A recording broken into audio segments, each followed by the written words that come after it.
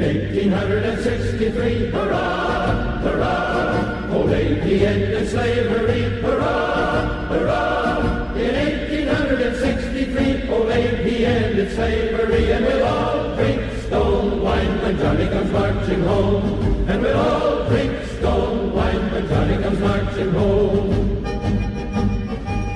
Olá a todos, sejam muito bem-vindos a este meu projeto, que é a Taverna. As tavernas, como se sabe, eram estabelecimentos que viajantes, por exemplo, encontravam no meio de suas jornadas.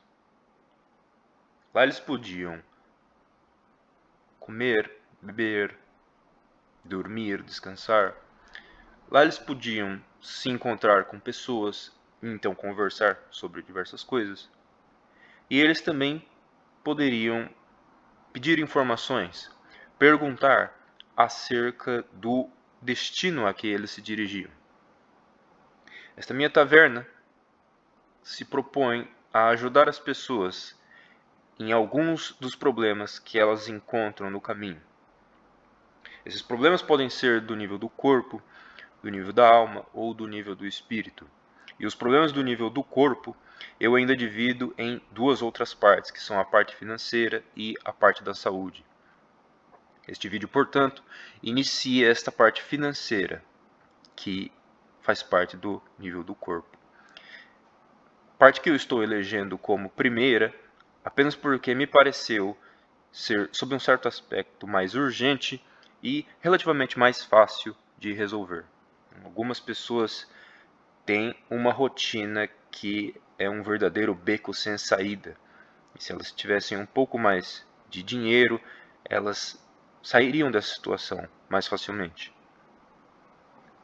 Evidentemente, essas pessoas terão de fazer alguma coisa, terão de se esforçar para sair disso, terá de haver um esforço próprio, mas esse esforço não é mágico, ele precisa encontrar a ajuda de outras pessoas. Então, se o seu problema é dinheiro, eu compro esse seu problema e passo agora a esclarecer conceitos sobre a estrutura de uma operação no mercado financeiro e irei delinear ao mesmo tempo o programa do curso que eu tenho para ministrar. Bom, puxa vida, 2025, será que as pessoas não estão cansadas de sempre ouvir os mesmos conceitos sendo apresentados sempre que este tema é tratado? Bom, talvez, mas eu acho que essa repetição não tenha sido suficiente, porque é justamente o retorno a esses conceitos que fará com que a operação no mercado financeiro seja bem sucedida. Então, para começar a estrutura de uma operação, o primeiro conceito, eu vou colocar aqui como quid, que é o que em latim, é o que irá acontecer. E se o que irá acontecer, eu estou me referindo ao movimento de subida ou ao movimento de descida. Para subida, o movimento do touro, como dizem, e para baixo, o movimento do urso. Para cima você tem que comprar, para baixo você tem que vender. Porque o que acontece? Você pode estar esperando que alguma coisa aconteça. Por exemplo, a seção de Nova York irá abrir. Alguma seção do mercado irá abrir. Nova York, Londres. Ou você pode estar esperando que alguma coisa irá acontecer no momento de uma notícia muito impactante do mercado. Ou de qualquer outra coisa. Você pode estar esperando um momento específico que alguma coisa irá acontecer.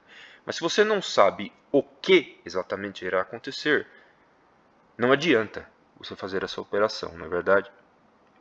Por exemplo, se você estivesse aqui, você esperava que alguma coisa iria acontecer aqui. Só que nesse momento você entra então como venda. Bom, você teria perdido o seu dinheiro.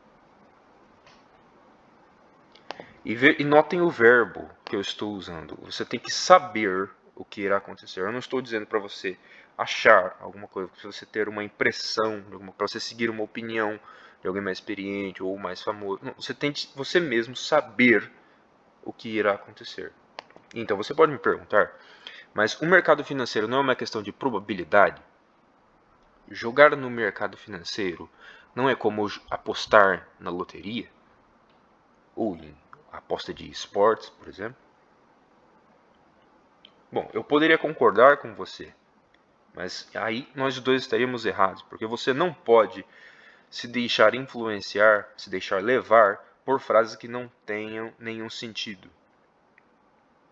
Se você diz que operar no mercado financeiro é uma questão de probabilidade, esta frase não significa nada. Jogar na loteria é uma questão de probabilidade.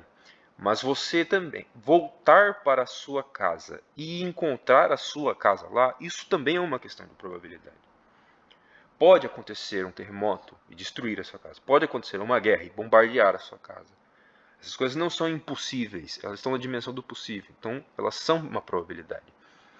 Mas uma situação não tem nada a ver com a outra.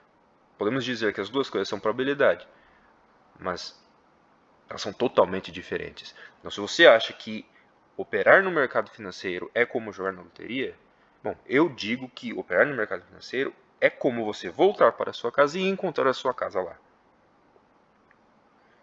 Existe uma possibilidade da casa ter sido destruída no momento da sua ausência. Mas essa possibilidade é tão remota que ela nem te aflige. Você não fica pensando nisso quando você sai de casa. Do mesmo modo, quando você entra numa operação, a possibilidade do movimento que você previu não acontecer, isso é tão remoto que você nem se aflige com isso. Então, este é o primeiro elemento. Você pode estar traçando paralelos na sua experiência, conforme eu vou falando aqui, e imaginar que você estava numa situação semelhante a esta e você teve uma impressão de que iria subir, você entrou para subir e de fato subiu e você ganhou dinheiro e você ficou contente. Mas não é disso que eu estou falando. Eu estou falando de métodos reais de previsão. Esse é o primeiro elemento. O segundo elemento é o que eu vou chamar aqui de entrada. Vamos pegar a mesma situação. Suponha que você soubesse que iria subir. Mas faria algum sentido você ter entrado aqui? Você sabia que iria subir, mas você entrou cedo demais. Se esse aqui era o limite que você poderia suportar, você saiu da operação e toda essa subida aqui foi perdida porque você entrou cedo demais. Também não faria sentido nenhum, por exemplo, você ter entrado aqui. Considerando que também que aqui é o seu limite, que você pode suportar para baixo. Você sabia que iria subir, mas você entrou nesse movimento aqui. Você entrou tarde demais. Existe uma terceira possibilidade, que é você entrar, por exemplo, aqui.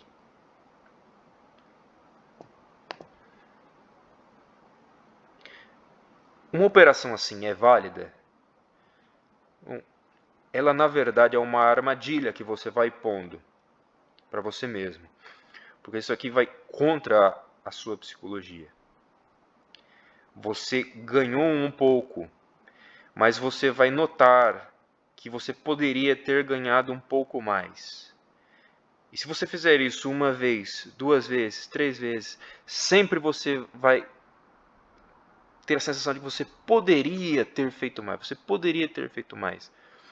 Isso vai criando uma ansiedade em você. E você vai passar a acreditar que de fato você fez mais. Se você ficar pensando que você poderia ter feito mais sempre, você vai achar que você é capaz de fazer mais. Você vai ter a ilusão de que você fez mais.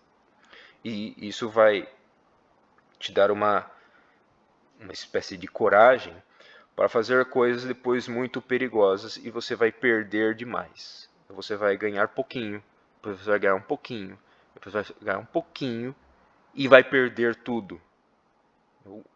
Em um segundo, em 5 minutos, você vai perder o esforço de 20 operações, por exemplo.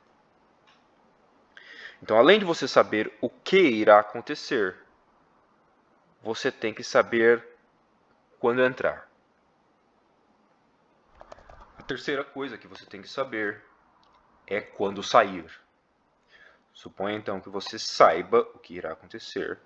Suponha também que você sabe quando entrar, mas você não sabe exatamente quando sair. Então você sai aqui, por exemplo.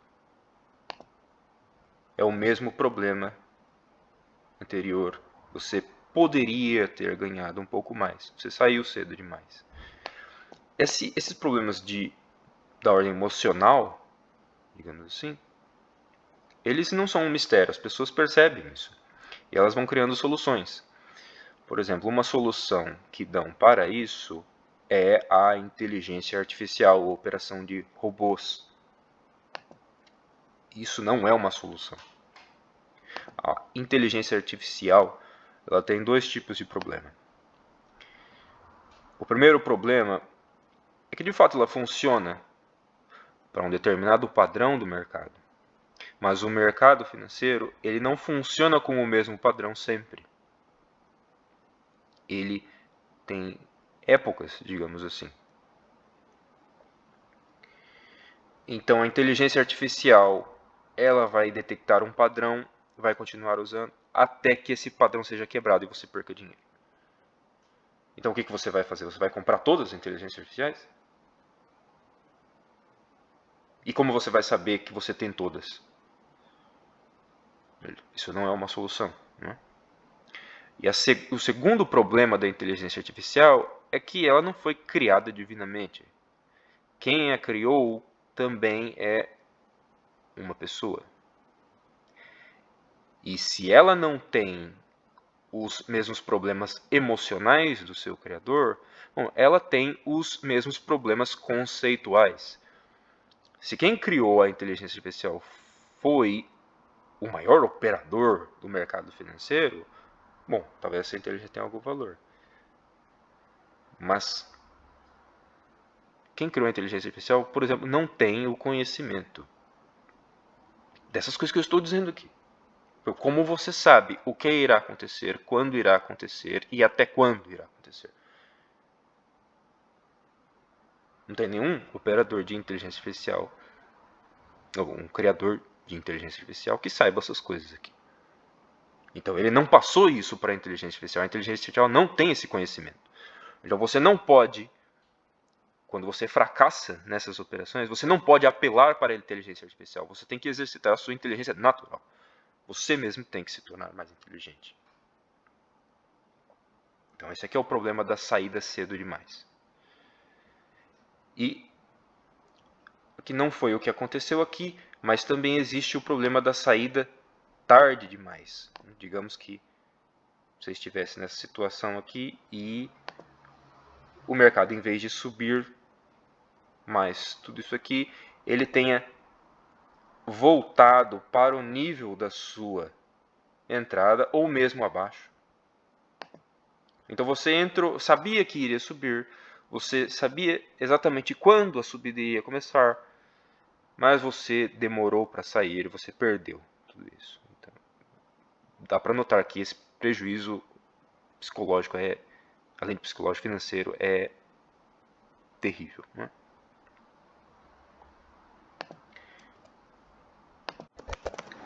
Bom, por fim, a quarta coisa que você tem de saber é o que eles chamam de stop loss. Por exemplo, você sabe o que irá acontecer, você sabe quando entrar, você sabe quando sair, mas ninguém pode ficar 24 horas no computador ou no celular. E quando você abriu o seu computador ou celular, o movimento já estava nesse pé. E você já tinha feito o seu trabalho de analisar tudo isso. Você sabia que o preço iria atingir este nível. E você não queria ter feito tudo isso à toa. Inclusive, vou entrar aqui mesmo. Vou pelo menos aproveitar esse movimento restante. Só que o teu stop loss, que é o limite que você estabelece para poder suportar o movimento contrário, você estabelece que ele seja aqui. Então o gráfico te contraria, você sai mais ou menos por aqui. E o gráfico volta a subir para onde você estava esperando, mas agora sem você. Então você não pode deixar que isso aconteça. A outra possibilidade é que você sabia o que iria acontecer, você sabia quando iria acontecer e você estava lá realmente para entrar naquele momento e você sabia quando sair. Mas o que acontece? Você não é perfeito. No meio das suas análises, você pode ter cometido algum erro. Você pode ter visto alguma coisa e ter anotado de forma errada. Ou você pode ter esquecido algum detalhe. Um detalhe que faria com que toda a sua previsão fosse uma mentira. Então ele iria te contrariar. O gráfico iria te contrariar. Nesse caso, você tem que ter um critério muito específico para saber até quando você vai tolerar que o gráfico te contrarie. O que as pessoas fazem é que elas deixam o gráfico as contrariar muito, até que elas saiam. Muitas vezes elas não têm nenhum critério para isso. O critério delas é assim, quanto que eu tenho na conta. A quanto que minha conta aguentar, eu vou aguentar até lá então. Você não pode pensar assim. Você tem que ter um critério muito sutil, para você perder o menos possível. Pode acontecer dessas pessoas que toleram muita coisa, pode acontecer que elas deem sorte, o gráfico contraria elas até determinado ponto, e depois começa a ir a favor delas, e elas passam a ganhar dinheiro a partir daqui. Bom, mas se você faz isso, não faria muito mais sentido você entrar aqui vendendo e depois comprar aqui? Era mais fácil você entrar vendendo aqui, sair e depois entrar comprando aqui. Por que você entrou comprando justamente aqui? Ué, porque você não sabe o que está fazendo.